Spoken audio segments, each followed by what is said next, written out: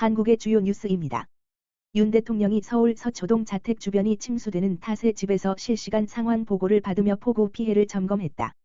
9일 대통령실에 따르면 윤 대통령은 전날 저녁부터 이날 새벽까지 국무총리, 행정안전부 장관, 서울시장과 번갈아 통화하며 실시간으로 비 피해 상황을 보고받고 피해가 커지지 않도록 만전을 기할 것을 당부했다. 당초 윤 대통령은 전날 광화문에 있는 중앙재난안전대책본부와 수해 현장에 가기 위해 경호팀의 동선 확인 지시를 내렸다. 그러나 자택 주변 도로가 막혀 갈 수 없다는 보고를 받은 것으로 전해졌다. 헬기를 타고 이동하는 방안도 검토했으나 한밤중 주민의 불편을 일으킬 수 있어 단념했다고 한다. 윤 대통령의 자택 서울 서초동의 아크로비스타 주변은 시간당 100mm가 넘게 비가 쏟아지면서 폭우 피해가 잇따랐다. 서초동의 한 맨홀이 열리면서 행인이 맨홀 안으로 빠져 구조되는 사고가 발생했고, 근생시설 지하상가 통로로 사람이 휩쓸려 갔다는 신고가 접수돼 소방당국이 수색 작업을 벌이고 있다. 윤 대통령은 자택에서 새벽까지 전화기를 붙잡고 대책을 지시한 것으로 전해졌다. 서초동 사저가 고립되면서 이곳이 재난본부 상황실이 되어버린 셈이다.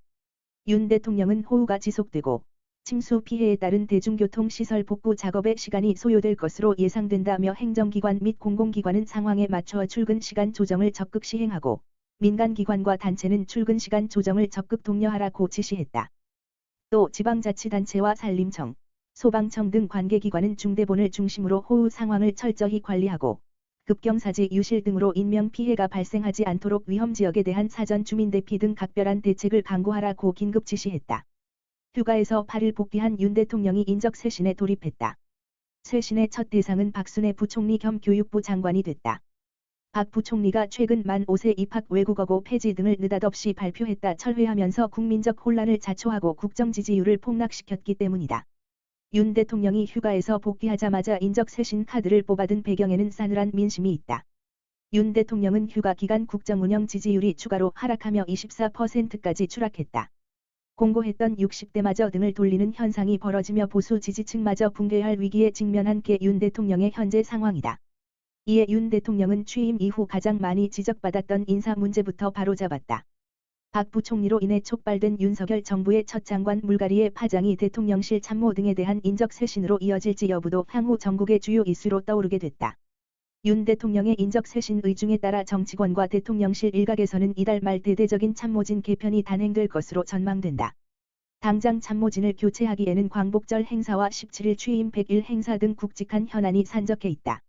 무엇보다 기존의 참모진을 대체할 인사들을 찾아야 한다. 지지율 하락의 가장 큰 원인이 인사로 지목되고 있다. 새 참모진은 윤 대통령의 말대로 국민의 관점을 담아야 등을 돌린 여론을 돌려세울 수 있다. 중국 인민해방군이 대만을 포위하는 형태로 실시하는 군사훈련을 당초 일정보다 연장했다고 중국 관영 글로벌타임스가 8일 보도했다. 당초 7일 정오에 끝날 예정이었던 훈련이 8일까지 이어진 것이다. 글로벌타임스는 중국군의 이번 훈련이 중국의 독보적인 영내 억지력을 보여준다면서 통일이 될 때까지 훈련이 멈추지 않을 것이란 자국 전문가 전망을 실었다. 중국 군사 전문가 숭중핑은 이 매체의 대만 문제가 해결되지 않는 한 이런 훈련은 멈추지 않을 것이라면서 대만 주변에서 중국군의 군사훈련이 일상화될 것으로 내다봤다. 그는 대만이 봉쇄되는 기간이 길어질수록 본토의 통제력을 더 많이 보여주게 될 것이라고 말했다.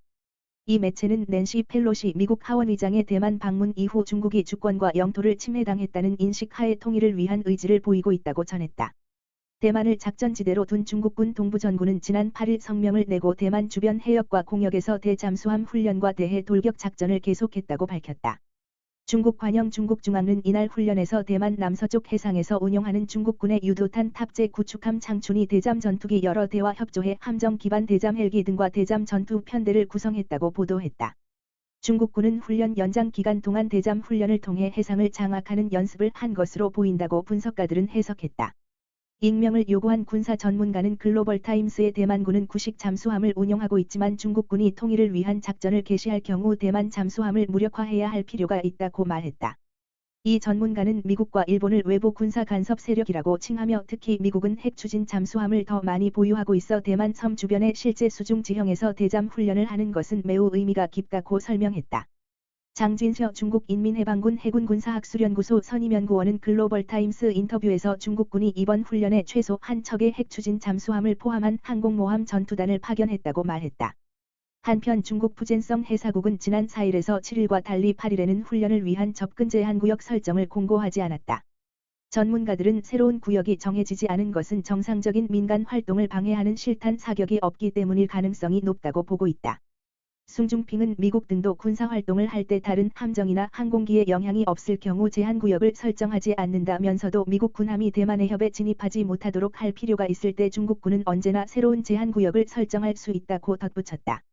이재명 더불어민주당 의원 부인 김혜경 씨의 법인카드 유용 의혹 핵심 인물로 지목된 전 경기도청 총무과 별정직 5급 직원 배 씨가 80억대 부동산을 보유한 것으로 알려져 이목이 쏠린다. 부동산 등기부 등본 등에 따르면 배 씨의 부동산은 어머니와 공동명의인 경기도 수원 영통구에 있는 4층 상가주택과 서울 성북구 송파구에 있는 본인 명의 아파트 2채 등 모두 3채라고 밝혀졌다. 국토교통부 실거래가 공개 시스템에 따른 해당 부동산 자산 가치는 50억 원 정도이지만 실제 시중에서 매매되는 이들 부동산 가치는 훨씬 높다는 게 인근 공인중개사들의 설명이다. 수원 영통구의 상가주택은 최소 35억 원에 거래되며 송파구와 성북구 아파트의 현재 매물 시세는 각각 24억 원과 10억 원 정도다. 세 건의 실제 가치만 69억 원이 넘는다. 여기에다 배 씨가 최근까지 머문 것으로 알려진 남편 명의의 경기 성남시 분당구 아파트는 8억에서 9억 원에 거래된다고 한다. 이런 사실이 새삼 주목을 끈 건 법인카드 유용 의혹 관련 경찰 수사를 받던 중 지난달 26일 극단적 선택을 한 참고인 김 씨가 살던 건물의 소유주가 배 씨라는 것이 드러나면서다. 공교롭게도 배 씨의 본격적인 재산 형성 시기는 전 대선 후보였던 이재명 의원의 정치적 도약기인 성남시장 취임 이후와 맞물려 있다. 배 씨가 잠실 아파트를 9억 5천만 원에 사들인 시점은 이재명 의원이 성남시장에 취임하던 2010년 7월이었다. 배 씨는 이재명 의원의 성남시장 취임 2달 뒤인 2010년 9월 경기도 공무원 직급 9급에 해당하는 외빈 의전 담당 계약직으로 성남시청에 들어왔다. 그로부터 2년 6개월 후인 2013년 3월 수원 영통의 땅을 샀고 이듬해 그곳에 상가주택을 지었다. 지난 12년 동안 계약직 공무원 신분이었던 배 씨가 80억 원에 가까운 재산을 모으는 일은 사실상 불가능하므로 그 과정을 철저하게 살펴봐야 한다는 지적이 나온다. 국민의힘 소속 경기도의원은 배 씨가 이재명 시장의 비서로 공직에 입문하는 즈음부터 본격적으로 재산을 불렸다는 게 문제라며 성남시 재직 시절부터 업무 추진비 사용 등과 관련해 논란이 있던 인물이기에 재산 형성 과정에 의문을 갖는 건 합리적 의심이라고 주장했다. 이재명 의원의 부인 김혜경 씨의 법인카드 유용 의혹과 관련해 법인카드 돌려막기 등을 주도했다는 의혹을 받아온 배 씨에 대해선 이재명 의원의 옆집을 경기도주택도시공사가 합숙소로 임대하는 과정에 관여했다는 등 추가 의혹이 제기된 상태다. 사망한 김 씨가 지난해 대선 후보 경선 당시 이재명 의원의 부인인 김혜경 씨의 차량 운전을 맡게 된 과정에도 배 씨가 개입했다는 것도 의혹 중 하나다.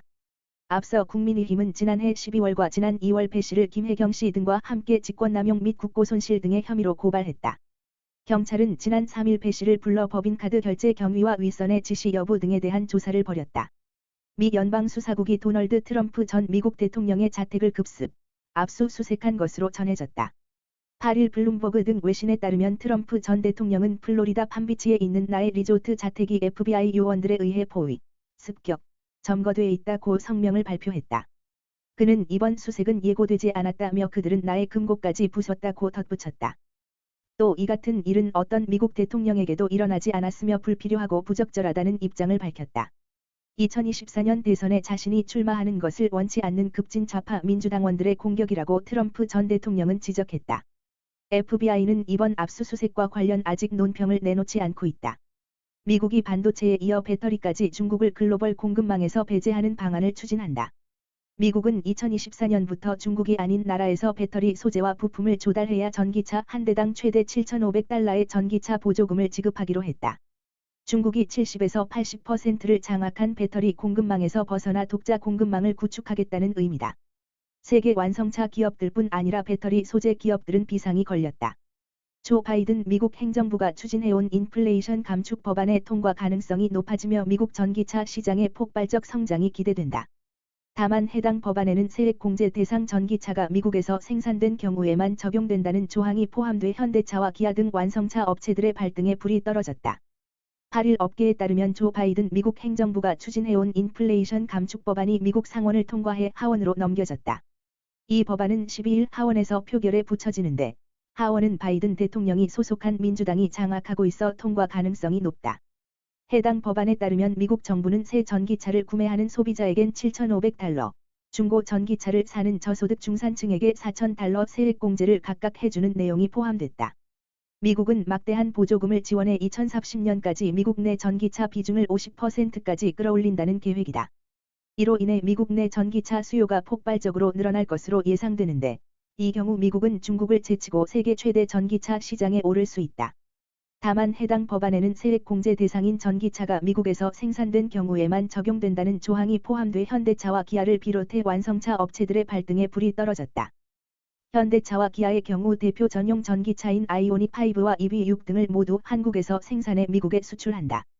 법안 통과 후 현대차 등이 미국에서의 현지 생산을 늘리지 않을 경우 수혜를 전혀 기대할 수 없는 상황이다. 반면 LG에너지솔루션, SK온, 삼성 SDI 등 국내 배터리 업체들은 해당 법안에 따른 수혜가 기대된다. 배터리 3사는 GM, 포드, 스텔란티스 등 완성차 업체와의 합작법인과 단독 공장을 건설했거나 이미 가동하고 있다. 반면 최대 경쟁 업체인 중국 배터리 업체들은 아직 북미에 생산 거점을 마련하지 못한 상황이고, 미중 갈등으로 인해 앞으로도 쉽지 않을 것이란 전망에 무게가 실리고 있다. 정부가 앞으로 5년간 16조 원 규모 이상의 유휴 및 저활용 국유재산을 매각한다. 동시에 국유지 개발에 민간 참여를 독려해 정부의 재정 부담을 덜어낸다는 계획이다. 8일 기획재정부 등 관계부처는 비상경제장관 회의를 열어 이 같은 내용을 골자로 한 유휴지와 저활용 국유재산 매각과 활용 활성화 방안을 발표했다. 정부는 공공부문이 솔선수범해 지출구조 조정 등 강도 높은 혁신을 추진할 필요가 있다며 국가가 보유한 국유재산 중에서도 생산적으로 활용되지 않는 유휴지와 저활용 재산은 적극 매각하고 개발해 활용도를 높이겠다고 밝혔다. 현재 토지와 건물 등 국유재산의 약 701조 원 중 행정목적으로 사용하지 않아 매각 등 처분이 가능한 일반 재산은 41조 원 규모다. 그동안 정부는 이 같은 일반 재산을 매각해 연간 약 2조 원의 재정 수입을 마련해왔는데, 이번 방안을 통해 매각에 더욱 적극적으로 나서 연간 최소 3조 원 이상의 자금을 마련하겠다는 것이다. 이를 위해 정부는 다음 달부터 모든 행정재산에 대한 활용 실태 전수조사를 실시한다. 국유지 개발에 대한 민간의 참여도도 높인다. 대규모 유휴부지의 경우 민간에 매각하지는 못하더라도 개발은 민간이 주도하도록 하는 것이다. 또 국공유 혼재지에 대해서는 국가와 지방자치단체의 공동개발 사업을 추진한다. 정부는 사업부지 내 공공청사 등은 위탁기금 개발 방식으로 개발하고 잔여 부분은 민간 참여 혹은 대부 매각 등을 통해 활용을 추진할 계획이다. 사업성이 낮아 매각이 어려운 비도시 국유지의 경우 국가와 지자체가 나서 개발을 추진한다. 정부는 다음 달부터 이루어지는 전수조사를 토대로 내년부터 유휴 저활용 국유지를 매각하기 시작할 것이라며 국가가 활용할 계획이 없는 일반 재산의 경우 이달부터 즉시 매각을 추진하겠다고 밝혔다. 지난달 반도체 초강대국 달성 전략이 발표된 데 이어 이달부터 국가첨단전략산업특별법이 시행됐지만 직접적인 보조금과 파격적 세제 혜택으로 무장한 다른 나라들과 비교하면 턱없이 부족하다. 반도체 산업단지 조성 시 인허가 처리도 속도를 높이는 등 실질적인 규제 완화 조치가 동반되지 않는다면 정부의 파격적인 보조금을 받고 2024에서 2025년 신규 공장들을 잇따라 가동하는 반도체 경쟁국들보다 한국이 뒤처질 수도 있다는 위기감이 확산되고 있다. 9일 산업연구원과 반도체 업계에 따르면 미국이 지난달 통과시킨 반도체 지원법은 2027년까지 5년간 반도체 제조시설 건설에 직접 보조금 $390억 지원하고 국가반도체기술센터, 첨단 후공정 생산 프로그램 등 첨단 반도체 연구개발에 $110억 투입하는 등 총 $520억 68조 원을 투자하는 내용을 담고 있다. 반도체 지원법 실행에 필요한 자금은 주무부처인 상무부뿐 아니라 국방부, 국무부 등이 합심해 총 4개의 기금을 신설해 집행할 예정이다. 이와는 별도로 반도체 촉진법을 통해 반도체 시설 및 장비 투자에 세액공제 25%를 적용하기로 했다. 세액공제 혜택은 10년간 $240억 규모로 이루어지며 선지급이 가능하다. 반면 우리 정부의 반도체 초강대국 달성 전략은 미국처럼 기업에 대한 직접적인 대규모 보조금 지원보다는 반도체 기업들이 2026년까지 $340조 원 이상을 투자할 수 있도록 정부가 인프라, 규제 개선 등을 지원한다는 데 방점이 찍혀 있다. 예컨대 반도체 용적률을 350%에서 490%로 최대 1.4배 높이는 식의 규제 완화로 한정된 부지에서의 설비 신증설 허용량을 최대치로 끌어올려 기업이 효율을 극대화할 수 있도록 지원한다는 전략이다. 대기업 반도체 설비 투자 세액공제율을 기존 6에서 10%에서 8에서 12%로 2%포인트 인상하기로 하는 등의 세제 지원 혜택도 담겨 있지만 역시 미국의 25%와 비교해 공제율이 턱없이 부족하다. 뒤늦게 집권여당인 국민의힘이 반도체 등 국가첨단전략산업의 시설투자 세액공제 기간을 2030년으로 연장하고 대기업 세액공제는 6%에서 20%로 중견기업은 8%에서 25%로, 중소기업은 기존 10%에서 30%로 확대해 경쟁국들의 세금 지원 혜택과 균형을 맞추는 내용의 반도체 산업 경쟁력 강화법을 발의했다. 하지만 세수 감소를 둘러싼 정치권 논란이 거세 통과가 쉽지 않은 상황이다. 자칫하면 반도체 기업들이 미국을 최우선 생산기지로 선택할 수도 있다는 우려까지 나오고 있다. 금리 인상 및 인플레이션으로 기업의 설비 투자 비용 부담이 가중되는 분위기 속에 신규 반도체 생산 시설을 짓거나 증설하는 데 직접적인 정부 보조금이나 세제 혜택이 많다면 굳이 각종 규제 장벽이 높은 한국을 택할 이유가 없기 때문이다. 실제로 한국 외 다른 아시아 국가들도 반도체 경쟁에서 주도권을 확보하기 위해 내놓고 있는 정부 차원의 지원책이 파격적이다.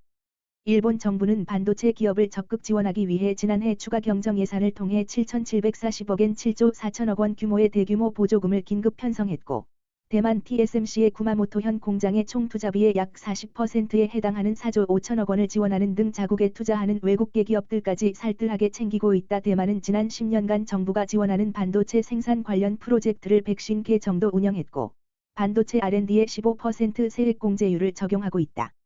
중국은 10에서 30%에 불과한 반도체 자금률을 2025년까지 70%까지 높인다는 목표 아래 첨단 공정 반도체 기업 법인세를 10년이나 면제한다. 원달러 환율이 오는 10일 7월 소비자 물가지수 발표를 대기하며 1,300원대에서 제한적인 하락 흐름을 보일 것으로 예상된다. 글로벌 달러 인덱스는 106선에서 제한적인 움직임을 나타내고 있다. 9일 서울외국환중계에 따르면 간밤 뉴욕 차액결제 선물환 시장에서 거래된 원달러 1개월물은 1,300.5원에 최종 호가됐다. 최근 1개월물 스와프 포인트를 고려하면 환율은 전 거래일 종가 1,306.4원보다 5.3원 하락 출발할 것으로 예상된다. 이날 환율은 역외 환율 하락을 따라 1,300원 아래로 하향 이탈을 시도하겠으나 상하방 압력을 동시에 받으며 낙폭을 줄일 가능성도 있다. 글로벌 달러 인덱스는 미국 물가지표 발표를 앞두고 106선을 유지하는 중이다. 현지 시간 8일 오후 달러 인덱스는 전일 대비 0.24포인트 하락한 106.38을 나타내고 있다. 중국 위안화는 한 달러당 6.76위안대에서 보합권 움직임을 나타내는 중이다. 중국의 7월 수출액이 1,010억 달러 131조 원으로 전년 동기에 비해 18% 증가하는 등 긍정적인 경제 지표에 위안화가 강세 압력을 받고 있지만, 반면 대만과의 대치 등 상황은 약세 재료로 해석될 수 있다. 지난 밤 뉴욕 증시가 혼조세를 이어가면서 글로벌 위험 선호 심리는 부진한 모습이다. 국내 증시도 혼조세가 이어질지 주목된다. 전날 코스피 지수는 외국인 투자자가 1,700억 원 순매수했고, 개인도 사면서 0.09% 올랐다. 반면 코스닥 지수는 외국인 투자자가 450억 원 팔면서 0.09% 하락 마감했다. 코스피 시장으로 외국인 투자자의 순매수 흐름이 이어진다면 원화의 강세 압력을 지원하는 요인이 될 수 있다. 수급 측면에서도 상하방 압력이 동시에 나올 수 있다. 1,300원 초반 수입업체 결제 수요는 하단을 지지하겠으나 원화의 강세 베팅으로 심리가 기운다면 이날 환율은 1,290원대 후반에서 1,300원 선 초반을 등락할 것으로 보인다. 신한금융투자는 중국 부동산 시장의 부동산 디벨로퍼 디폴트가 금융시장 노이즈로 작용할 수는 있으나 통제 가능하다고 봤다. 신한투자연구원은 9일 공동부유 기조 하에서 부동산 디벨로퍼 규제 단행으로 자금 경색이 발생, 디폴트가 일어나면서 공사 중단이 이어지고 있다면서 이에 수분양자들의 주택담보대출 상환 거부 운동이 확산하고 있다고 말했다. 부동산 리서치 기관 CRIC에 따르면 7월 기준 주택담보대출 상환을 거부하고 있는 아파트 단지는 82개 도시, 235개에 달한다. 이번 사태의 근본적 원인은 중국 공산당의 다 같이 잘 사자는 공동부유 정책에 따른 부동산 규제다. 중국 공산당은 3대 레드라인을 적용해 부적격 디벨로퍼의 강력한 대출 규제를 단행했다. 이에 자금 경색 문제가 불거지며 현재까지 상위 200대 디벨로퍼 중 24개 업체가 디폴트를 선언했다. 디폴트 기업들의 2021년 계약 판매액은 3조 1,400억 위안 한화 600조 원으로 LTV 70% 가정시 주택담보대출 규모는 2조 2천억 위안 한화 420조 원에 달한다. 신한투자연구원은 중국 주택시장은 90% 이상이 선분양이고 통상 완공까지 2에서 2.5년이 소요된다면서 2019년에서 2020년에 분양한 아파트 중에도 미완공 단지가 있다는 점을 고려하면 디폴트에 노출된 주택담보대출 규모는 더 클 것이라고 말했다. 스탠다드 앤 푸어스 글로벌 레이팅스는 전체 주택담보대출의 6.4%인 2조 4,900억 위안, 도이체뱅크는 7%인 2조 7,200억 위안이 위험에 노출됐다고 추정했다. 연구원은 현재 위험에 노출된 주택담보대출이 2조 5천억 위안이라고 가정하면 이는 전체 주택담보대출의 6.43%, 전체 위안화 대출의 1.21% 수준이라면서 추가 확산을 적절히 통제한다면 금융 시스템 충격으로 이어지지 않을 것이라고 전망했다. 중국 당국도 손을 놓고 있지는 않을 것으로 보인다. 7월 말 정치국회의에서 처음으로 주택 인도 보장을 언급했고 정책 수단을 총동원해 부동산 시장을 안정화할 것을 약속했다. 파이낸셜 타임스에 따르면 당국이 디벨로퍼 유동성 지원을 위해 1조 위안 규모의 구제금융 방안을 추진 중인 것으로 알려졌다. 중국 부동산 시장이 안정화되려면 근본적으로 부동산 경기 회복이 선행돼야 한다고 봤다. 디벨로퍼 규제로 작년 9월부터 이어진 이번 하락 사이클은 이미 11개월째 지속되고 있다. 다만 당국의 부동산 시장 안정화 의지는 분명하다는 분석이다. 7월 한 달간 62개 도시에서 발표한 부동산 부양책만 70여 개에 달한다. 주택담보대출 금리 인하, LTV 확대, 주택 구매 요건 완화 등 실수요를 자극할 수 있는 것들이다. 연구원은 중국 당국이 약속한 것처럼 공사 재개와 주택 인도가 보장되면 민간의 투자 심리는 충분히 돌아설 수 있다면서 우호적 정책 여건 하 4분기 부동산 경기는 회복세에 진입할 것이라고 전망했다. 그는 이어 부동산은 하반기 중국 경제의 핵심 변수인 만큼 시진핑 새 연임을 결정짓는 오는 10월 개최 예정인 중국 공산당 당대회를 앞두고 있기 때문에 중국 당국은 부동산 문제 해결에 총력을 다할 것이라고 덧붙였다. 9일 코로나19 신규 확진자 수가 15만 명 안팎을 기록할 전망이다. 정부가 예견한 이번 주 정점 15만 명 수준이다. 이동량이 늘어나는 여름 휴가 성수기 직후 확진자 수가 늘어 이번 주 정점이 형성될 것이라는 게 당초 정부와 의료계 전망이었다. 이번 주 15만 명 수준에서 확진자 증가세가 그쳐 유행 상황이 전망대로 흘러갈지가 관건이다. 9일 방역 당국과 서울시 등 각 지방자치단체에 따르면 전일 0시부터 오후 9시까지 전국 신규 확진자는 총 14만 3,605명으로 집계됐다. 이는 전날 같은 시간 5만 3,417명보다 9만 128명 증가한 규모다. 일주일 전인 지난 1일 10만 6,737명보다도 3만 6,848명 늘었다. 동시간대 기준으로는 지난 4월 12일 19만 380명 이후 4개월 만에 최다이기도 하다. 17개 지자체별로 보면 서울 2만 9,490명, 경기 3만 8,839명, 인천 7,708명 등 수도권이 7만 6,037명으로 전체의 52.9%를 차지했다. 수도권 지역에 최대 400mm의 기록적 폭우가 쏟아지면서 서울과 경기 지역 일대에서 7명이 사망하고 6명이 실종되는 참사가 빚어졌다. 갑자기 불어난 물에 시민들이 휩쓸리는 실종 사고도 잇따라 발생했다.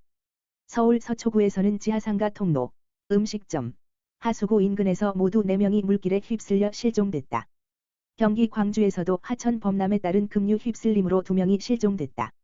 계속되는 사고로 인명을 구하려는 소방대원들의 움직임도 바빴다. 하천 급류로 인해 88명이 출동한 구급대원들에 의해 구조됐으며 가로수 등 장애물 제거 신고도 300건 이상 이어졌다. 특히 공공시설 중에는 경인선 전철 구로역에서 인천과병점역 구간, 4호선 창동역에서 서울역 구간, 경부선 금천구청역, 2호선 신대방역, 7호선 이수역, 9호선 동작역, 신림선 서원역 등의 전철에 선로 침수가 발생했다. 주택 등이 물에 잠기면서 서울과 인천 경기 지역에서 100여 세대, 160여 명의 이재민이 발생했으며 이들은 주변 학교나 체육관, 민박시설 등에 머물고 있다. 또 피해를 예방하기 위해 일시 대피한 인원도 160여 세대에 300여 명에 달한다. 현재 수도권과 강원 내륙과 산지, 충남 북부 해안에 호우특보가 발효된 가운데 이날도 수도권을 중심으로 천둥 번개를 동반한 시간당 50에서 100mm 이상의 강한 비가 더 내리겠다. 현재까지 주요 지역 누적 강수량은 서울 동작 417mm, 서울 서초와 강남 380mm, 경기 양평 370mm, 경기 광주 362mm, 인천 부평 269mm를 기록하고 있다.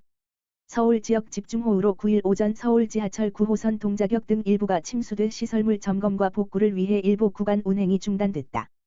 급행 열차 운행도 전면 중단돼 출근길 불편이 예상된다. 운행이 중단되는 구역은 9호선 노드역부터 사평역 사이 총 7개 역사 구간이다. 해당 구간의 지하철 양방향 운행이 중단되면서 9호선은 개화역에서 노량진역 구간과 신논현역에서 중앙보훈병원역 구간으로 나뉘어 운행된다. 노량진역과 신논현역 구간은 동작역과 구반포역 침수로 운행이 중단된 상태다. 서울교통공사가 운영하는 1호선에서 8호선 전 구간과 우이신설선, 신림선은 첫 차부터 정상 운행 중이다.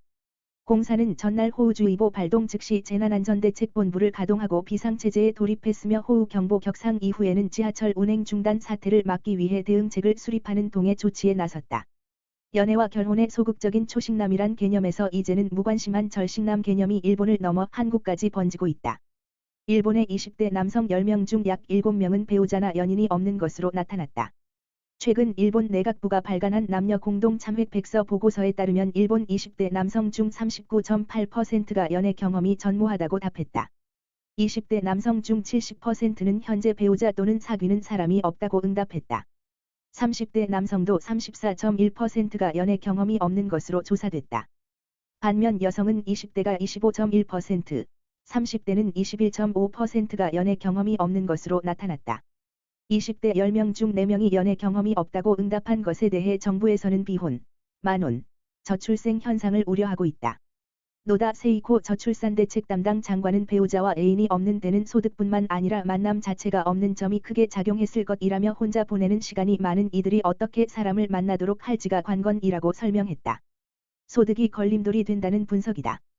보고서에 따르면 1인 가구인 남성 응답자 중 연소득이 300만 엔 약 2,870만 원 미만인 남성은 30%였다.